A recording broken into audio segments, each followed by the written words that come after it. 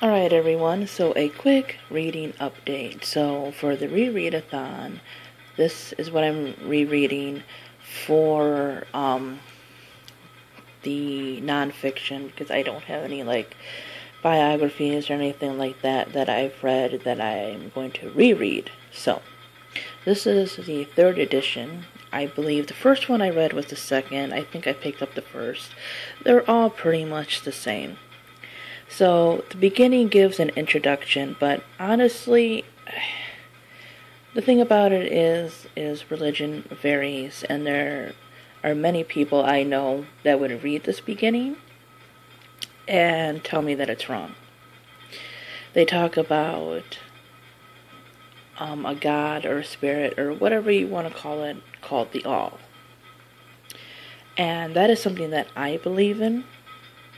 However, Wicca itself is mainly known as a duotheistic religion. And there are many people who believe that the god and goddess, or Lord and Lady, whatever term you want to use, are two separate beings.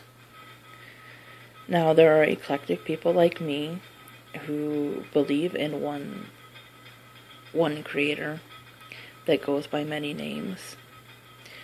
And you will find this in some other faiths. Hinduism is a big one.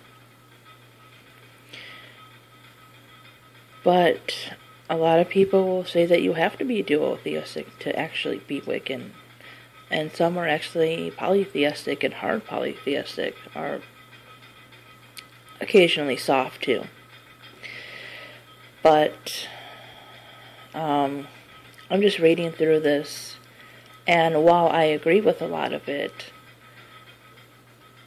I'm not totally sure that it is actually Wicca that they're talking about. Maybe an eclectic type of paganism. But to have the idiot's guide, it sounds like they're putting it as fact, when it's more of their version and their opinion, which is fine, because nowadays it kind of varies. But I'm reading this and I'm like, they really should have put some other stuff in there, like about polytheism and duotheism. They talk about the Council of Witches, which no longer exists, and about their beliefs and everything, which I agree with, about living in harmony with nature, and how our intelligence gives us a responsibility. They do say that being Wiccan and being a witch are two different things, which they are, but then they go and use it interchangeably. Which I guess, whatever, but to kind of say that they're two different things and then use them that way, I